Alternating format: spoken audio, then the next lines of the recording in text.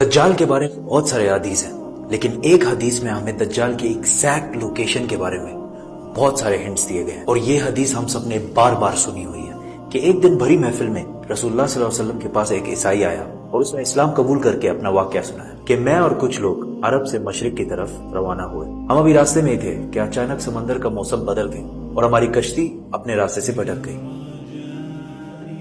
ایک مہینہ ادھر ادھر بھٹکنے کے بعد سمندر نے آخر کار ہماری کشتی کو ایک جزیرے کے پاس لا کھڑا کیا۔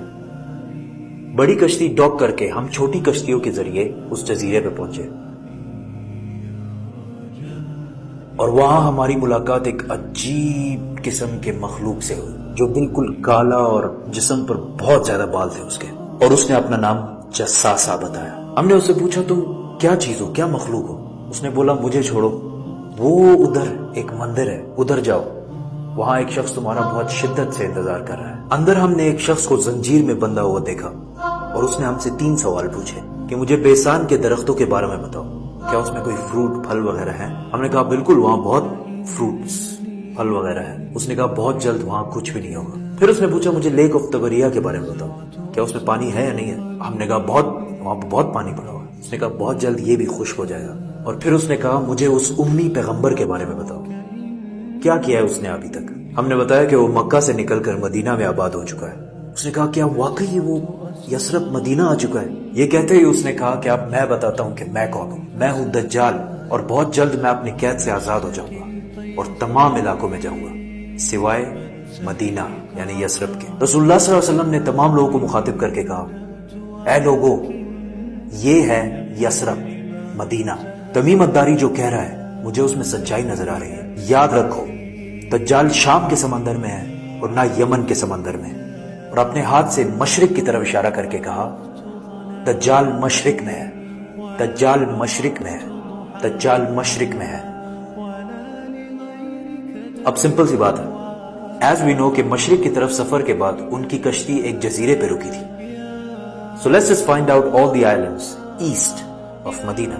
مدینہ کے ایسٹ میں there's the famous Arabian Sea، اور اس میں مینلی 4 جزیرے پائے جاتے ہیں: Lakshadweep island in India, Socotra island in Yemen, Masirah island in Oman, and Astola in Pakistan. حدیث میں کلیئرلی فرمایا گیا ہے کہ دجال یمن کے سمندر میں نہیں ہوگا، تو یہ 2 آئلینڈز تو نکل گئے۔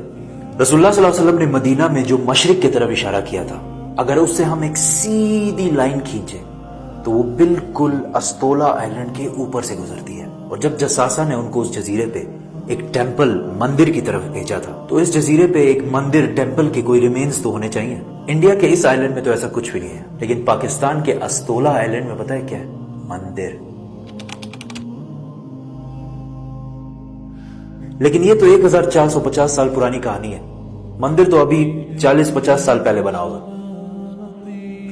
2000 سال پرانا مندر، اور مندر بھی کس کا؟ کالی ماتا، ہندوؤں کی سب سے خطرناک اور خوفناک گاڈس، دیوی، جو دکھنے میں بہت خوفناک اور جس کے جسم پر بھی بہت زیادہ بال ہیں۔ کچھ یاد آیا؟ جساسا۔ ان صحابیوں نے جس عجیب سے مخلوق کی بات کی تھی وہ بالکل ہندوؤں کے اس بھگوان سے ملتا جلتا ہے۔ لیکن اگر آج آپ استولا آئلینڈ جائے تو آپ کو دجال نہیں ملے گا۔ وہ آزاد ہوا ہے یا نہیں یہ تو نہیں پتا، لیکن یہ جو جساسا ہے اس کو غور سے دیکھیں۔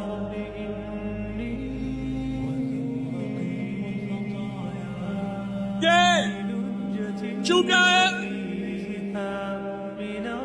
1970 کے امریکن میوزک انڈسٹری کے سب سے بڑے بینڈز میں سے ایک بینڈ رولنگ سٹونز ہے۔